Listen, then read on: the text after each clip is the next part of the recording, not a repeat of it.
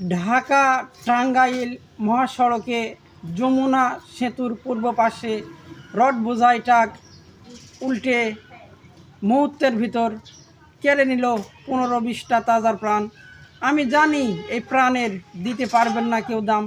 ট্রাকটি নিয়ন্ত্রণ হারিয়ে ফেলল, ড্রাইভারের চোখে ঘুম ঘুম ছিল, এজন্য কিছু লোক গেল মারা। ঈদ সবার জীবনে আনন্দ খুশি বয়ে আনলো, কিছু কিছু পরিবারের বেদনাদায়ক হলো কান্না। আসলে এরকম অ্যাক্সিডেন্ট ঘটবে আমরা কেউ বুঝতে পারছি না। নওগাঁর মান্দা ভারসই ইউনিয়নের 13 থেকে 15 জন লোক গেল মরে। ওপারে আধারে তারা চলে গেল অন্ধকার কবরে। এগুলো পরিবারে এখন চলছে কঠিন এখন কান্না, তারা চোখের জলে ভাসছে। আসলে এরকম ঘটনা আমরা কেউ মেনে নিতে পারছি না। তাই আসুন সবাই এইগুলো পরিবারের জন্য দোয়া করি, হে আল্লাহ সবাই পরিবারকে তুমি সান্ত্বনা দান করো।